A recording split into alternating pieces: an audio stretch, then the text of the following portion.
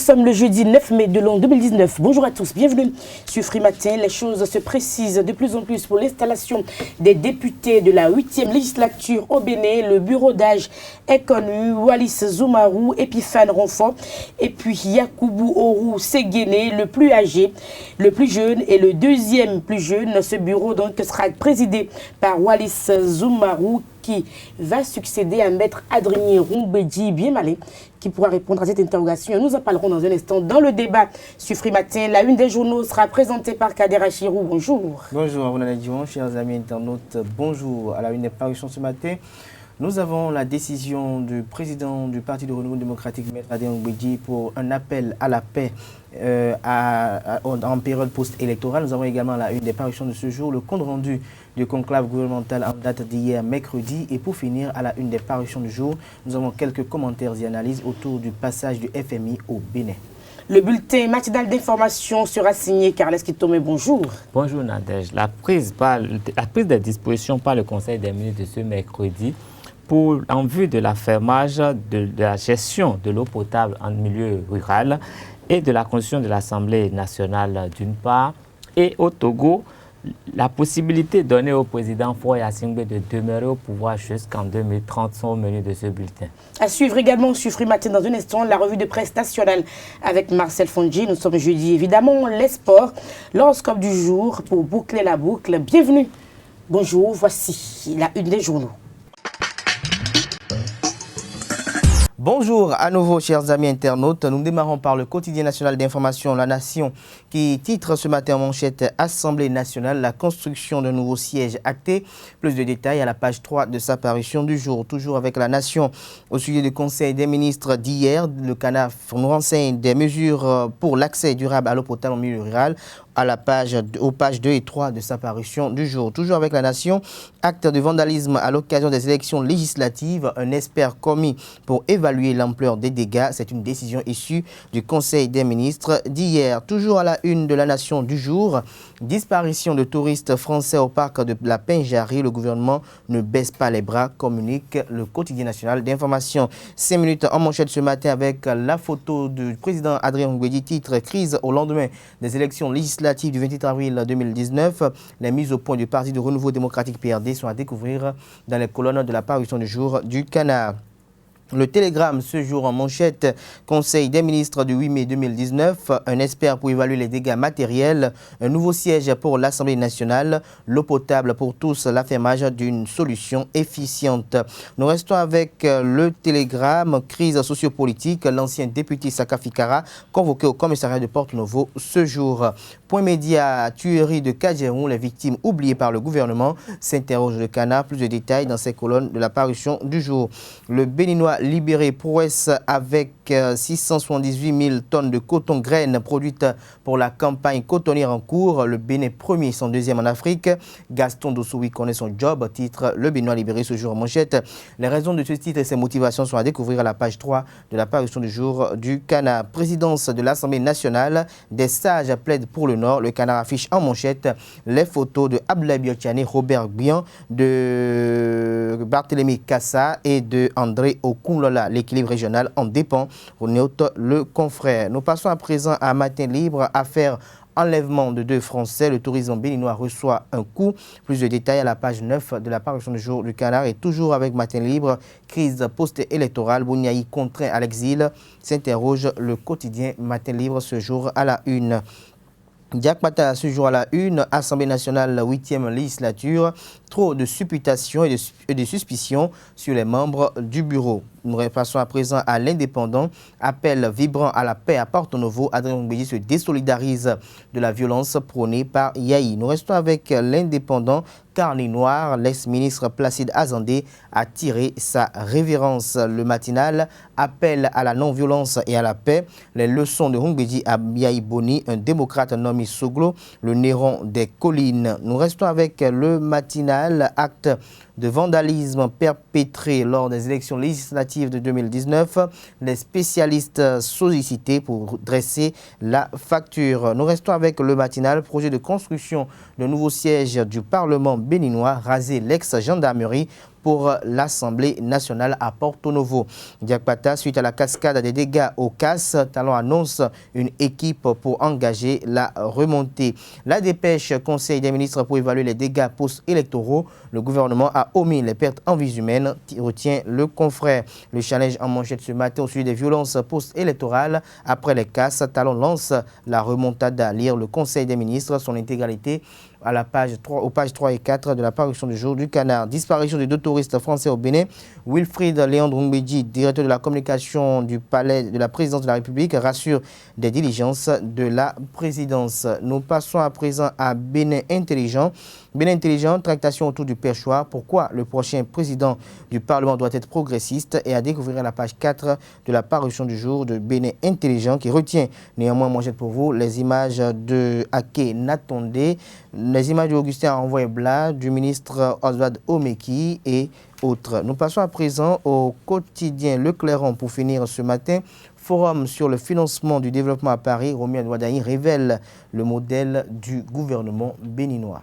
Merci à vous, Kader Achirou, pour la présentation de cette une des journaux. Les quotidiens béninois sont disponibles dans les kiosques au prix de 300 francs CFA. Vous les avez aussi, mais surtout en ligne. Voici le bulletin matinal d'information sur Free Matin.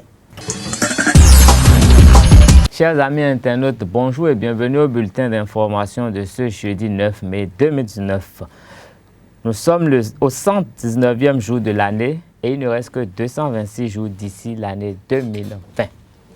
Le Conseil des ministres de ce mercredi 8 mai, la création de la commission ad hoc d'appel d'offres pour la sélection des opérateurs en vue de la gestion par affermage du service public de production, de transport et de distribution d'eau potable en milieu rural et la contractualisation pour la mission de maîtrise d'œuvre complète du projet construction d'un nouveau siège pour le compte de l'Assemblée nationale était entre autres décisions du Conseil des ministres de ce 8 mai 2019.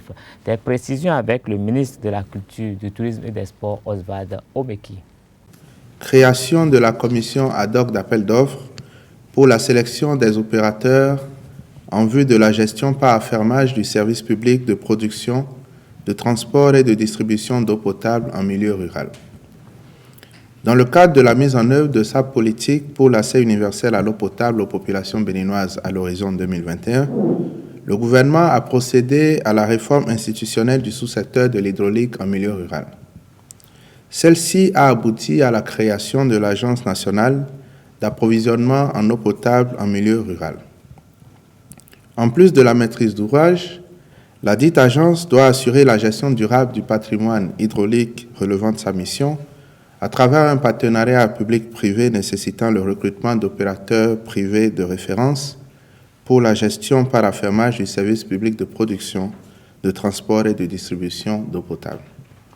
Pour ce faire, la feuille de route élaborée avec les partenaires techniques et financiers prévoit notamment la mise en place d'un cadre partenarial entre le gouvernement et les 74 communes bénéficiaires du programme d'investissement du sous-secteur de l'hydraulique en milieu rural, le lancement de l'élaboration des études préalables nécessaires à la mise en œuvre de l'affermage, y compris les dossiers de préqualification, les dossiers d'appel d'offres, les contrats d'affermage et les contrats de performance avec l'appui de consultants individuels regroupés au sein d'une task force et financée par la Banque mondiale. Mais avant la publication du dossier de préqualification des opérateurs, la mise en place de la commission ad hoc est indispensable. Celle-ci aura en effet pour mission de conduire jusqu'à terme et dans les délais convenus le processus de sélection des 10 opérateurs chargés de la gestion par affermage du service public de production, de transport et de distribution d'eau potable en milieu rural. C'est pourquoi le Conseil des ministres a adopté ce décret et instruit les ministres concernés par le dossier d'accomplir toutes les diligences nécessaires à l'effet de permettre à la Commission de remplir sa mission. Au titre des communications, contractualisation pour la mission de maîtrise d'œuvre complète du projet de construction d'un nouveau siège pour le compte de l'Assemblée nationale du Bénin. Le gouvernement avait pris acte, au cours de sa séance du 16 mai 2018, de la volonté de l'Assemblée nationale d'arrêter les travaux de construction du siège de l'institution suite aux nombreuses irrégularités relevées sur l'actuel chantier par l'audit diligenté. La décision a donc été prise de construire un nouvel édifice à un autre emplacement. Le nouveau site retenu est le domaine de l'ex-gendarmerie nationale, situé à proximité de l'actuel siège de l'Assemblée nationale. Les consultations engagées ont permis de retenir le cabinet Kéré Architecture, dont la proposition, en plus d'être très originale, est avantageuse pour l'État sur le plan financier. En effet, outre la forme architecturale de son projet, tiré du concept de l'arbre à palabre, symbole du conseil dans notre tradition, son offre ne représente que 7,5% du coût d'objectif contre le plafond de 12% fixé par la loi. C'est pourquoi le Conseil des ministres a autorisé la contractualisation avec le dit cabinet qui aura pour mission de réaliser toutes les études, d'élaborer les documents graphiques et les notices techniques nécessaires à la construction, de produire le dossier de permis de construire en vue de son obtention et de rendre disponible le dossier d'appel d'offres pour ce projet. Le Conseil des ministres de ce mercredi a également évalué les dégâts matériels résultant des actes de vandalisme perpétrés à l'occasion des élections législatives du 28 avril dernier. Le ministre Ovad Omeki donne également des précisions. Évaluation des dégâts matériels résultant des actes de vandalisme perpétrés à l'occasion des élections législatives d'avril 2019. Le Conseil des ministres, lors de sa séance du 2 mai dernier, avait fait le constat que les opérations électorales, dans le cadre des législatives du 28 avril 2019, s'étaient globalement bien déroulées sur l'ensemble du territoire, dans le calme et dans la discipline, mais que des actes de vandalisme avaient été perpétrés par endroits. En effet, le jour du scrutin dans les villes de Parakou, Tchaourou, Basila, Saveg, Lazoué, Bante et Savalou, puis dans les villes de Cotonou et Kandi les 1er et 2 mai 2019, des individus incontrôlés à la solde de leaders politiques se sont attaqués à des édifices et infrastructures publiques ainsi qu'à des installations privées qu'ils ont dégradées, pillées ou incendiées. Les enquêtes en cours nécessitent une connaissance précise de l'envergure et de l'évaluation financière des dégâts matériels. C'est pourquoi le gouvernement, garant de l'intégrité des personnes et des biens, a décidé de commettre à cette fin un expert qualifié. Au titre des manifestations et rencontres internationales, le Conseil a marqué son accord pour la programmation de la célébration des éditions de 2019 à 2023 de la Journée mondiale de la population, successivement dans les départements du Zou, de l'Atlantique, de la Takora et de l'Ouémé. Le personnel du Centre des œuvres universitaires et sociales d'Aboumé Calavi Kous AC a célébré le 1er mai dernier la fête du travail édition 2019. À cette occasion, les agents permanents de l'État en service à ce centre et les autres membres du personnel ont présenté leurs doléances à l'autorité en charge de ce centre. Abdelkader Achirou a été témoin de cette cérémonie. Suivez son compte rendu. Le Centre des œuvres universitaires et sociales d'Aboumé Calavi Kous AC n'est pas resté en marge du 1er mai, journée consacrée à la célébration de la Journée internationale des travailleurs. À l'occasion de cette fête du travail, la directrice du Kous AC s'est rendue sur le campus d'Aboumé Calavi afin de communier avec tout son personnel et profiter de l'occasion pour s'enquérir davantage de leurs diverses doléances pour une amélioration de leurs conditions de vie et de travail. Le renouvellement de l'assurance maladie, malgré les difficultés qui persistent toujours, puisque certains agents ne sont pas encore entrés en possession des cartes pour bénéficier de l'assurance qui finira sous peu. Les démarches pour l'obtention des dons conduisent en vue de renouvellement du parc et la suivi du secteur transport. Au-delà de cet acquis, nous avons des doléances à exprimer à l'autorité. Nous demandons le rétablissement de la prime d'examen accordé aux agents de service transport et du restaurant à la fin des examens académiques conformément au point 11 de l'article 47 de l'accord d'établissement. Aussi, nous voudrions la libération des dotations mensuelles à tous les travailleurs.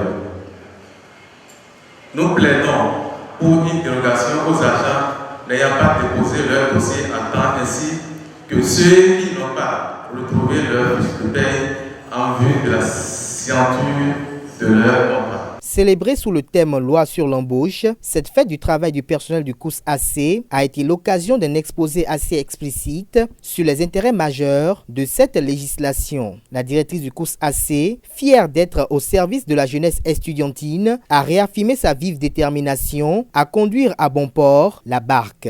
Occasion pour elle de prodiguer des conseils à ses administrés pour une bonne ambiance de travail. Aussi, les acquis ont été exposés et la prospective présentée.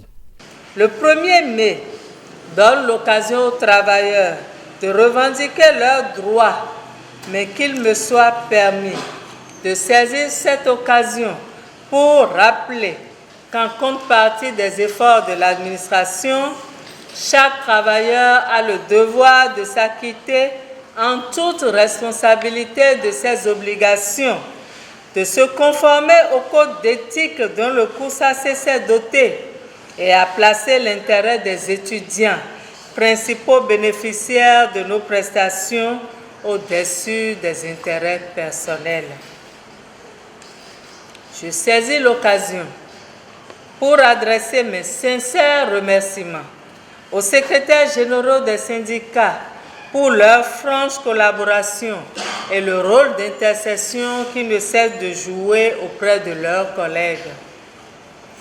Je ne saurais terminer sans souhaiter un joyeux anniversaire au président de la République, son Excellence M. Patrice Talon, qui souffle une bougie de plus ce 1er mai, fête des travailleurs.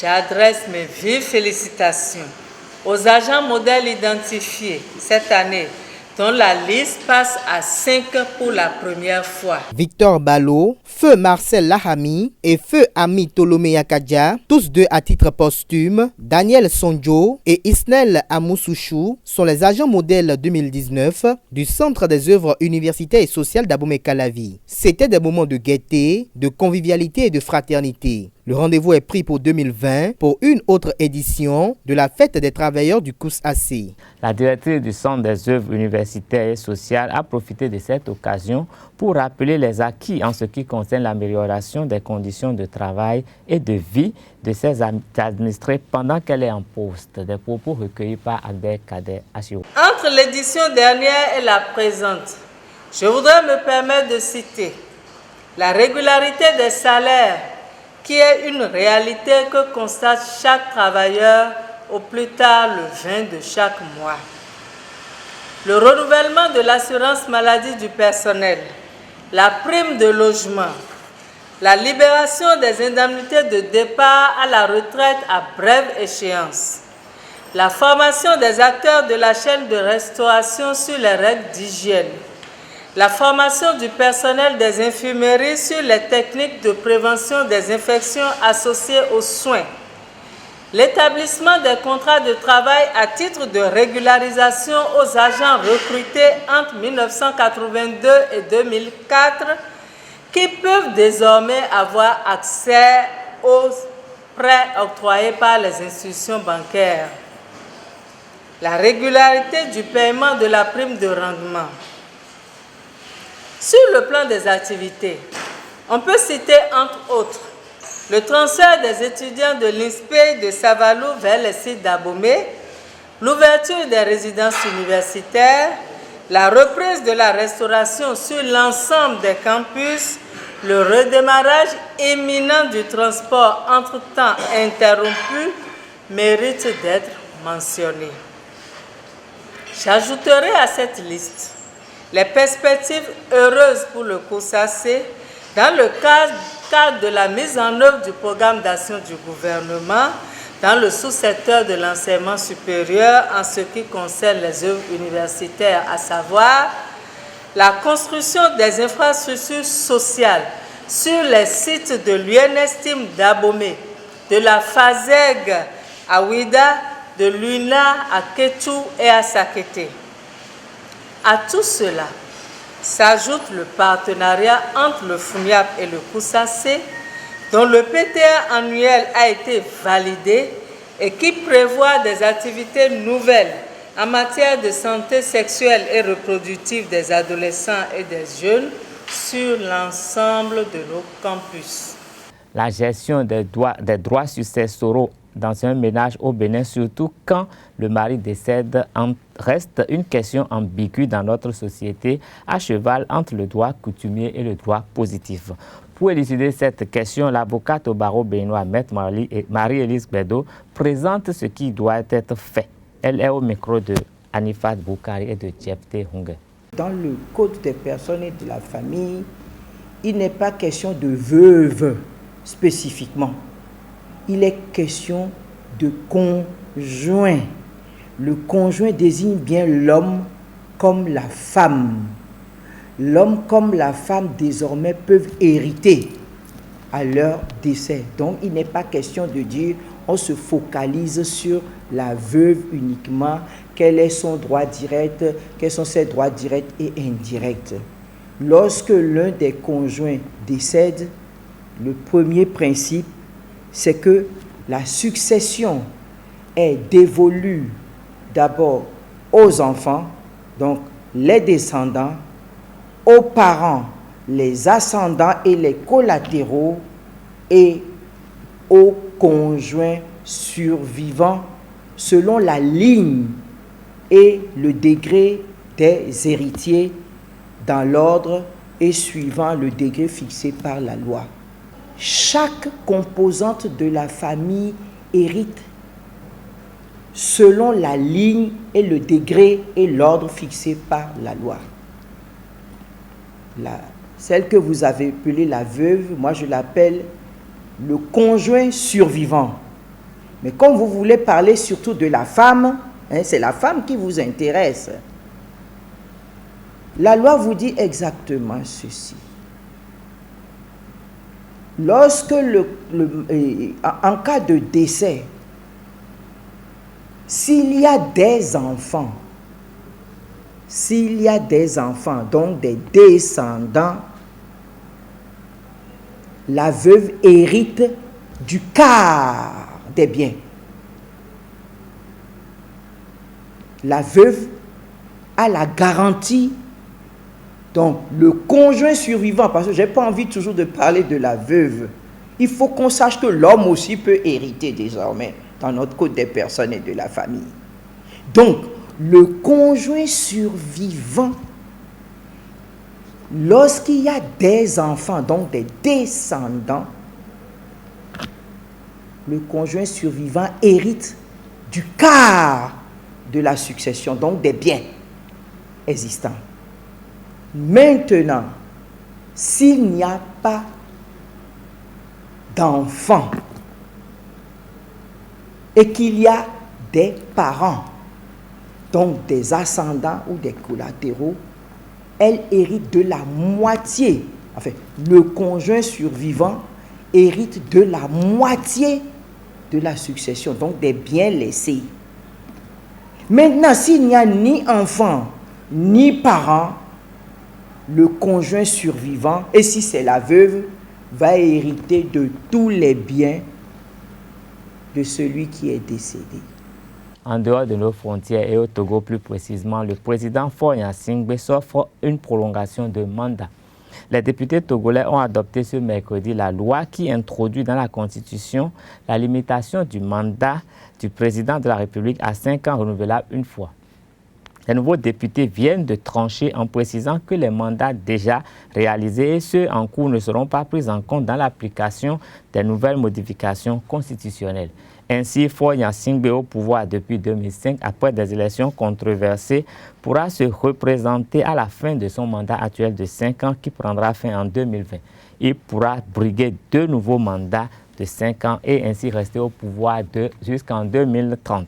Cette loi est adoptée après 2 échecs. La nouvelle loi limite également le mandat des députés à 6 ans renouvelables 2 fois.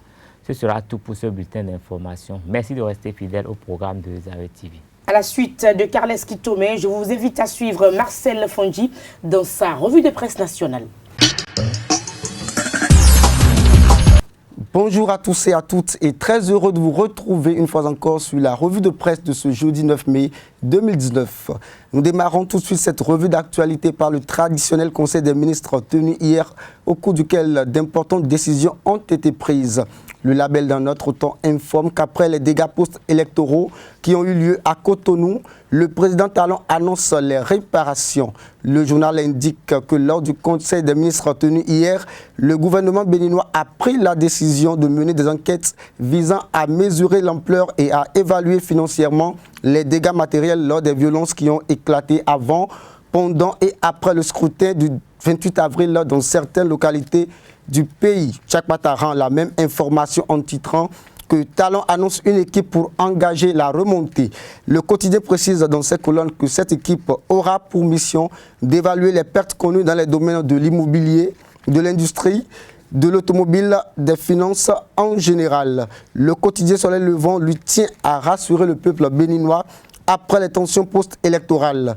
C'est pour cela que dans ces colonnes, le commandant de douane Marcelin Laourou appelle chaque citoyen et les partis engagés à militer pour la paix en posant bien sûr des actes de paix. Le Bénin intelligent annonce de son côté la construction de nouveaux sièges pour l'Assemblée nationale. Parmi les décisions issues du Conseil des ministres tenu hier, le quotidien précise que l'État béninois a fait le choix d'abandonner l'éléphant blanc de Yaï. Dans la poursuite de ces réformes pour un Bénin rebellé, le gouvernement de la rupture annonce la construction d'un nouveau siège pour les députés de la 8e législature. D'une réforme à une autre, le quotidien Soleil Levant nous révèle la politique du gouvernement pour offrir l'eau potable à tous. Le journal précise que dans le cadre de la matérialisation de la volonté du gouvernement Talon à offrir l'eau potable à toutes les populations, une agence sera créée pour s'occuper des questions d'approvisionnement de l'eau potable dans tous les milieux ruraux. Une information confirmée par le Béninois libéré qui affiche à sa manchette « Résolution effective des doléances des Béninois, l'eau potable bientôt dans tous les ménages ». Un tour dans le secteur agricole à présent, le Bénin réalise des prouesses et les statistiques en témoignent. Le Béninois libéré nous informe que le Bénin est désormais premier, sans deuxième en Afrique, avec près de 700 000 tonnes de coton graines produites pour la campagne en cours. Le journal précise qu'outre le Mali et le Burkina Faso, le Bénin est désormais le nouveau roi en matière de production cotonnière. Du sport à présent pour finir, après cette déculottée qu'ont imposé les Reds de Liverpool à Lionel Messi et ses coéquipiers, c'est donc le tour de l'Ajax d'Amsterdam. Le quotidien Point Média précise qu'après avoir battu les Spurs au match aller sur un score d'1-0, Tottenham renverse l'Ajax dans la soirée d'hier sur un score de 3-2 et file donc en finale. Ce sera tout pour la revue de presse de ce matin. Merci de nous avoir suivis et à demain. Le débat sur Free Matin, comme je l'annonçais au sommaire de cette émission, les choses se précisent de plus en plus pour l'installation des députés, des 83 députés de la 8e législature. Le bureau d'âge est connu et tout ça va se passer très vite à partir du 16 mai prochain. Carles Kitomé. Oui, tout à fait. De toute façon, pour respecter la Constitution, les députés sont élus. Il faut qu'ils soient installés, qu'ils entrent en fonction pour pouvoir quand même jouer le rôle qui leur est dévolu. C'est le deuxième pouvoir ici au Bénin. Et nous savons que généralement, quand les députés viennent nouvellement, avant de passer au vote d'un bureau de l'Assemblée nationale, il y a un bureau d'âge qui se met en place et qui essaie de mettre en place tous les dispositifs qui suivent pour que l'organisation de l'Assemblée nationale soit totale. Et donc, c'est sûrement ce à quoi nous allons assister dans les tout prochains jours. C'est vrai que déjà, dans 6 jours, les députés seront installés. Mais avant, il y a tous ces députés qui étaient déjà ministres qui vont devoir choisir entre aller au Parlement ou rester au gouvernement. Comme ça, tous les 83 vont se retrouver, ils seront installés le 15.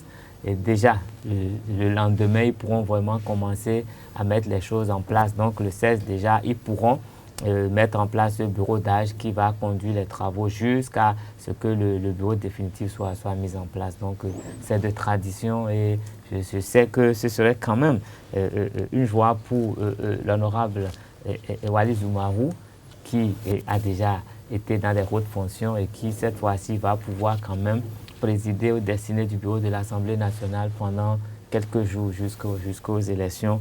Et c'est quand même quelque chose dans sa carrière. Et nous espérons que ce bureau d'âge fera les choses comme il le faut, qu'ils auront la bonne inspiration de nous mettre en place un bureau qui va rassembler, qui va refléter un peu l'image sociale de notre pays, un bureau qui va également nous apporter tout ce que nous attendions, un bureau qui va répondre aux questions auxquelles la mandature passée n'a pas pu répondre parce qu'il y a beaucoup de contestations au sujet des lois qui ont été votées. Donc notre espoir, que ce soit les opposants ou les mouvanciers aujourd'hui, c'est que cette Assemblée essaye de nous réunir autour de la cause nationale.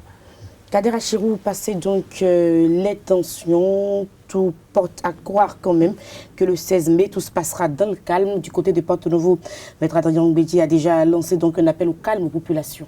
Tout à fait, il faut préciser que Maître Adrien Mbedji est le chef de terre à Porto-Novo et quand Adrien Mbedji demande à ce qu'aucun train ne siffle à Porto-Novo, on peut dire que cette installation aura bel et bien lieu dans une pacificité, je dirais, appelée de tous les Béninois, parce qu'on aurait voulu que les députés soient installés et qu'il n'y ait pas d'actes de vandalisme, qu'il n'y ait pas d'actes attentatoires aux vies des nouvelles élus. Donc je crois que c'est une décision sage qui a été prise par le président du PRD.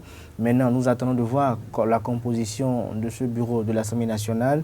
Est-ce qu'elle sera une composition qui prendra en compte les desiderata actuels? Est-ce que cette composition prendra en compte les aspirations profondes du peuple? Est-ce que cette composition prendra en compte également la situation sociopolitique actuelle? Parce que je crois que tout partira de là. Cela permettra aussi aux uns et aux autres, que ce soit les mécontents d'aujourd'hui, de pouvoir se calmer et d'avoir espoir en ce que cette Assemblée nationale ne sera pas vassalisée, mais que ce sera une Assemblée nationale qui jouera, même si elle a quand même une coloration unicolore, elle jouera véritablement son rôle d'institution de contre-pouvoir au moment où peut-être le régime, dans sa volonté de vouloir un temps soit peu résister, de vouloir réussir à tous les coups, il pourra peut-être rappeler le gouvernement à l'ordre par rapport à certaines choses et effectuer également le rôle primordial des députés, qui est le contrôle de l'action gouvernementale. Donc nous espérons que la composition de ce bureau sera une bonne composition pour le bonheur des populations, mais également pour le bonheur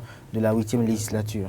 Alors, Carles Kitomé, quelques noms circulent déjà pour remplacer Maître Adrien Mbedji. On cite Abdoulaye Biotchane, Abimbola, Okunlola, Oswald Romeki. C'est vrai que ça va être compliqué quand même de dire qui va pouvoir succéder à Maître Adrien Mbedji, qui, qu'on le veut ou non, est quand même un baobab de la politique au Bénin. Non, mais on pourra dire qu'il ne s'agit que de supputation.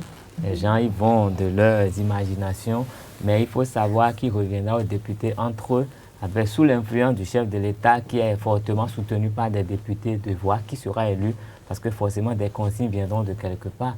Et si ces partis-là disent qu'ils roulent pour le chef de l'État, ça veut dire que forcément ils seront bien obligés d'aller en concertation avec le chef de l'État avant que le prochain président de l'Assemblée nationale ne soit élu.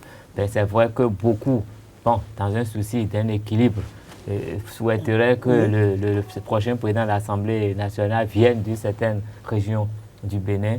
Ça reste leur considération. On verra bien ce qui sera fait dans les tout prochains jours. L'essentiel, c'est que nous ayons un président de l'Assemblée nationale qui saura coopérer avec le chef de l'État sans être son complice. Parce que s'il est son complice, on aura tout perdu.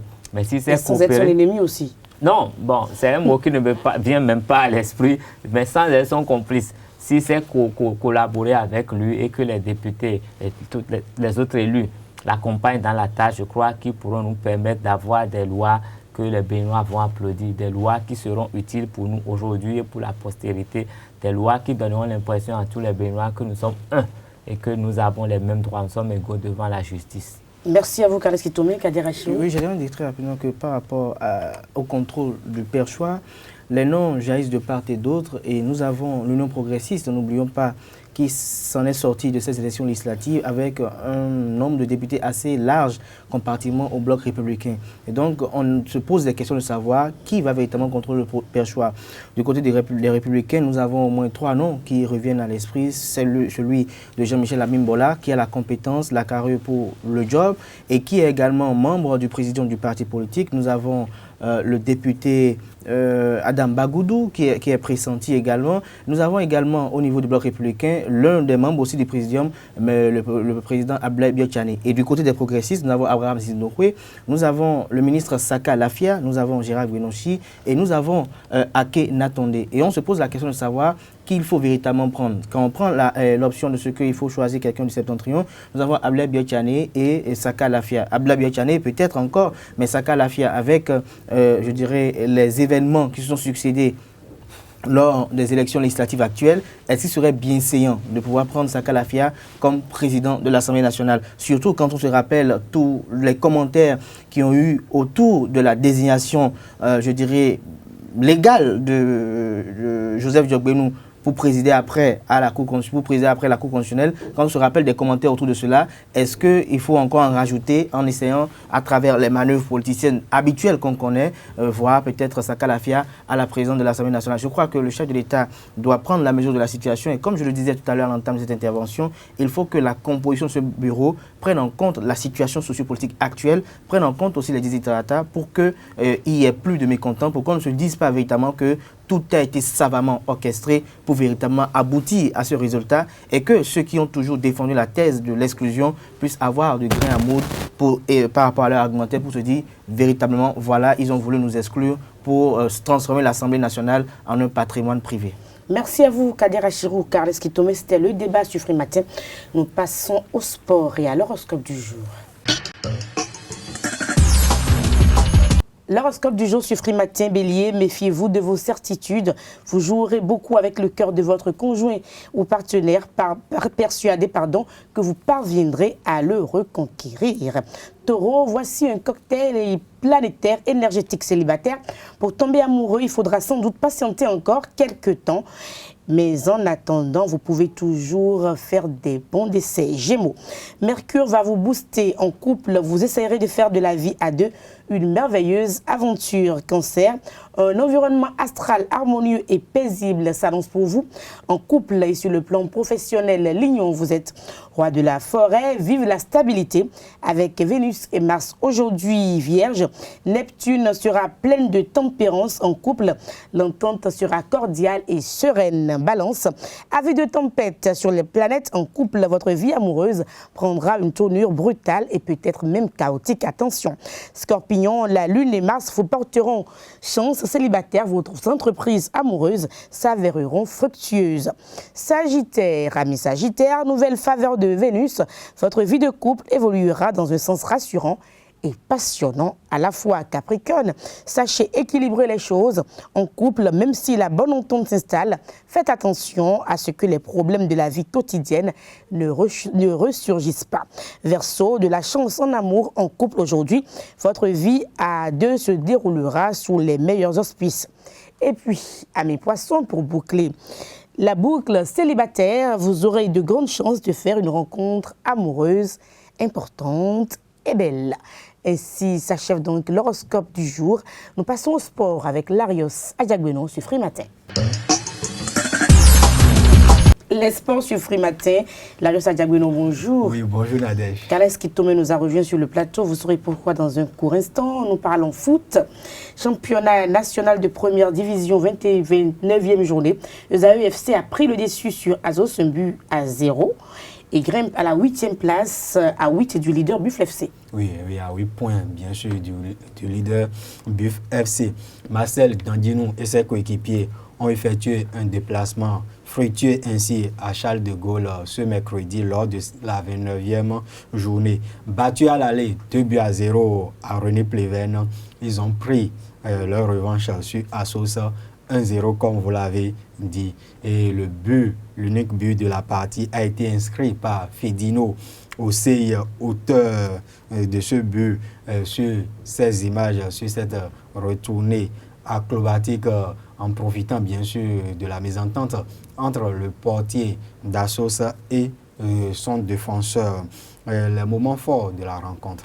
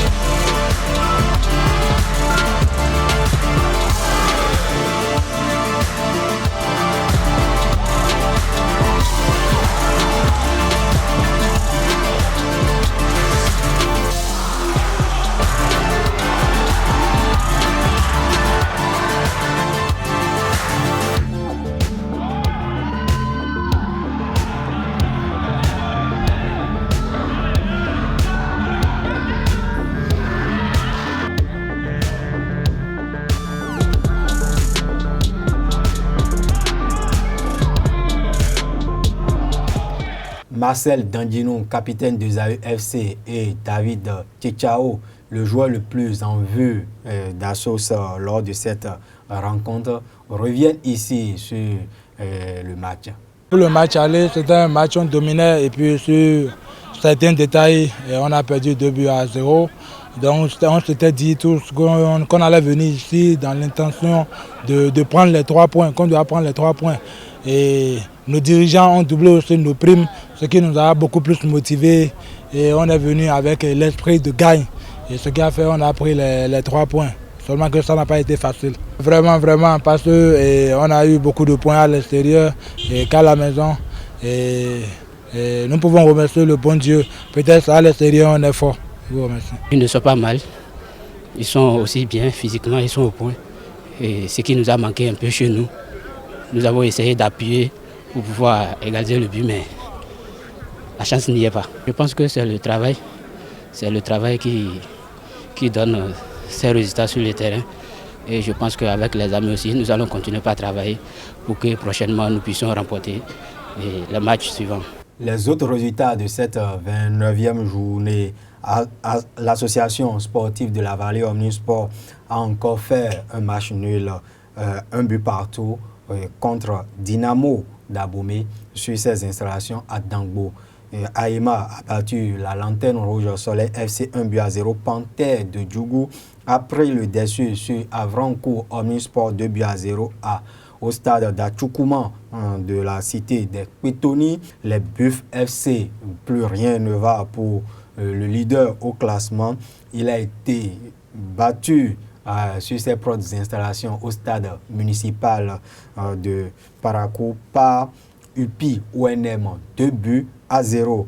Aspac a battu les Dragons sur le score étriqué d'1-0 à René Pleven. Cet après-midi, nous aurons en clôture de cette 29e journée la jeunesse athlétique de Cotonou qui va recevoir l'Union sportive de Sémécrac. Et ce sera à 16h. Faites donc le déplacement pour suivre cette rencontre de la 29e journée de la Vitalor Ligue 1. Au classement, nous avons les Buffs qui restent aux commandes avec 45 points et à 2 points.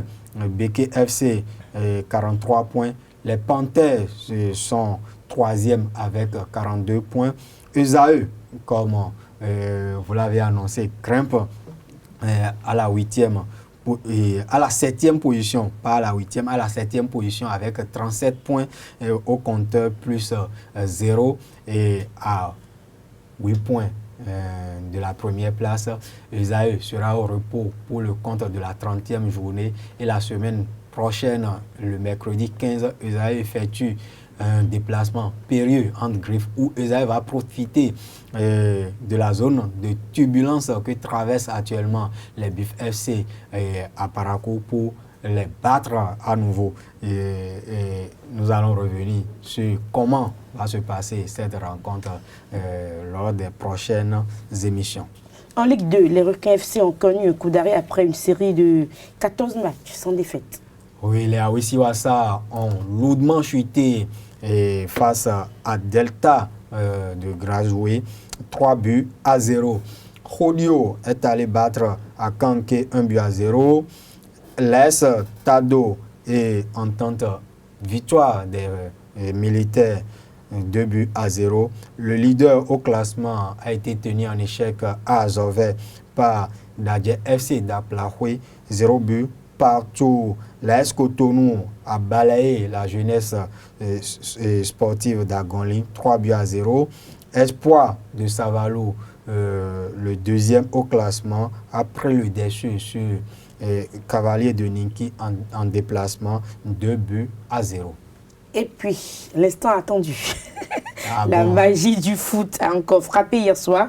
Lors de la seconde demi-finale retour de la Ligue européenne des champions 2019, Tottenham a renversé Ajax d'Amsterdam et rejoint Liverpool en finale. Larios Adjagbenon.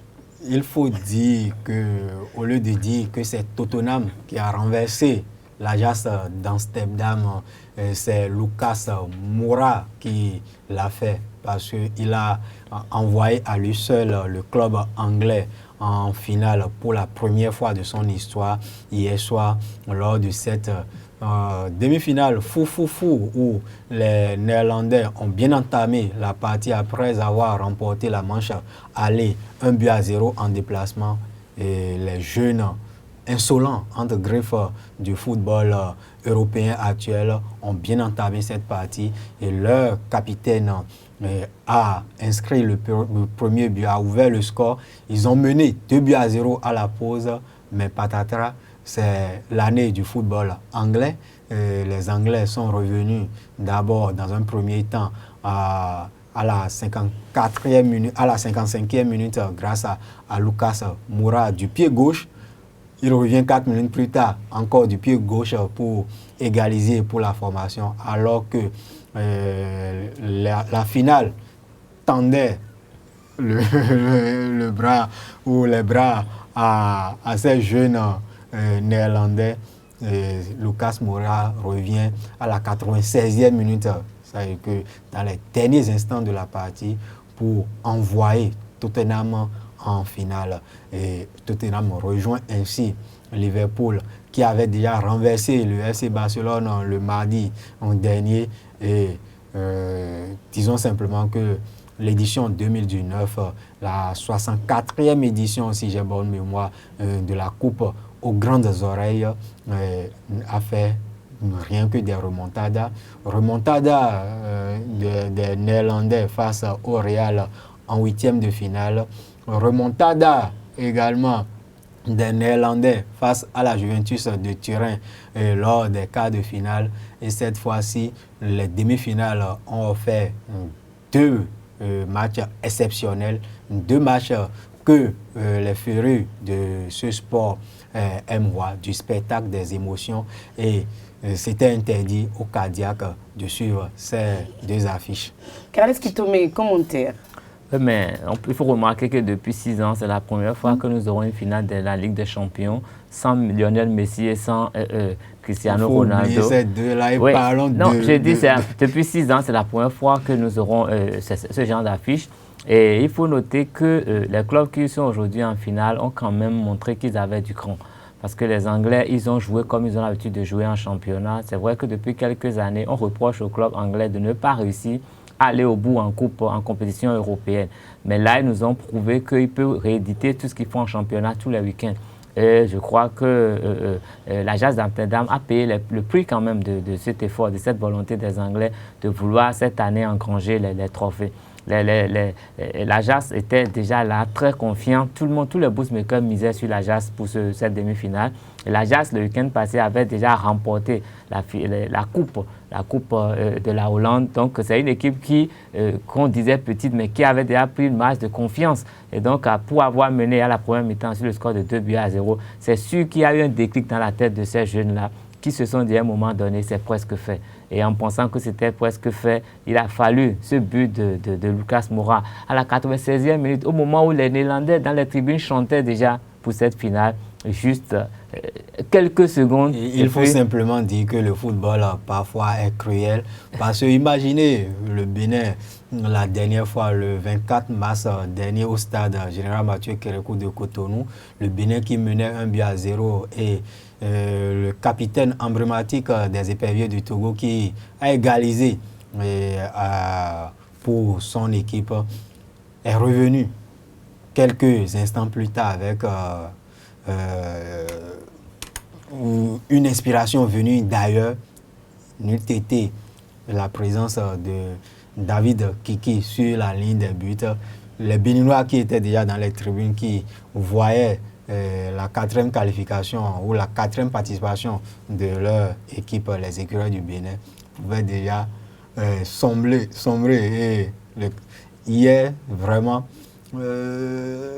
Mais il faut noter que c'est une revanche, c'est la revanche du football anglais, parce que ça fait plusieurs saisons que Liverpool frôle la demi-finale sans jamais arriver en demi-finale ou franchir ce cap. Liverpool est là tout le temps, mais au dernier moment, Liverpool est toujours éliminé. Donc cette fois-ci, Liverpool a quand même vaincu. Ce signe indien est passé. Liverpool était déjà en finale l'année dernière face au Real. Madrid sur une finale perdue. Et cette année au moins, Liverpool a montré notre visage. Et la première finale pour les Spurs qui ont du mal en championnat, qui ont fait beaucoup de défaites. C'était un très bon match. Et puis voilà. Merci à vous. Seulement, on a peur que cette finale ne soit pas intéressante parce que les équipes se connaissent très bien, ont toujours joué. Et comme c'est quand c'est souvent, quand c'est deux équipes du même pays, généralement, l'enjeu dépasse. Nous avons vu déjà le Real face à l'Atlético de Madrid par 2 fois lors de ces 4 dernières éditions de la Ligue européenne des champions. Et on ne peut pas dire que les 2 finales disputées par ces 2 clubs espagnols étaient fermées. Non, il y aura du jeu. Et connaissant le football anglais, où le dernier peut venir dicter sa loi au leader, la finale, je crois que serait également... Il y aura du beau spectacle, vous allez voir. On peut dire que la Ligue des Champions cette année, c'est la Ligue des Champions et toutes les surprises. Oh oui, surprise ou peut-être ce sont les clubs ou les équipes qui sont mentalement fortes qui ont accédé à la finale. Parce que se faire battre sur ces installations 1-0 et réussir alors que nous sommes à quelques secondes du coup de sifflet final. En plus, c'est une équipe qui a aligné beaucoup de défaites en championnat récemment. Il faut le faire. Merci à vous, Carles Kitomé. Et puis, j'allais dire Kader Achirou, Carles Kitomé, Larios Adjagüeno, parce que le débat en général se fait entre Carles et Kader. Merci, Larios Adjagüeno, pour toutes ces informations sportives. Du courage à vous. Du courage, pourquoi? Vous savez pour la suite du match. Du courage aux écureuils aussi, qui préparent les choses. Moi, je suis merengue, il est vrai, pour la beauté du football, pour ce que nous voulons voir chaque fois sur nos stades, le spectacle, jouer sans calculer. Moi, j'avais opté pour l'Ajax d'Amsterdam qui, durant la compétition, a montré que c'était le football pur, le football que les enfants pratiquent dans les cours de récréation. Quand on ne calcule rien, on joue, on ne pense même pas. C'est le football quand même. Mais du courage quand même. Le football. Et également ce résultat, il faut rappeler la dernière victoire des Néerlandais sur leurs propres installations remonte en octobre 2018 lors de la phase de groupe. Ça est que les Néerlandais ne réussissent pas souvent à domicile. Donc, c'est fait, c'est consommé. On attend le 1er juin prochain pour voir entre le Liverpool de Sadio Mané, de Mo Salah et de Nabil Keïta et ce Tottenham de Serge Aurier et bien sûr du français d'origine malienne Moussa Sissoko qui va remporter. Il faut reconnaître que dans cette équipe de Tottenham, il y a quand même 2 transferts du PSG qui n'ont pas pu arriver à ce niveau pendant toutes les saisons qu'ils ont eu à faire au PSG. Et il y a Serge Aurier et puis Lucas Moura qui quand même arrivent quelque part à un résultat qu'ils n'ont jamais atteint avec autant de saisons au PSG. Voulez-vous dire que pour remporter la Ligue des Champions ou pour atteindre la finale de la Ligue des Champions, il faut que les stars actuels du PSG fassent leur valise et rejoignent peut-être le Real Madrid. On va en reparler. Merci à vous. C'est Dans la boîte, Free Matin. À demain pour notre numéro. Au revoir.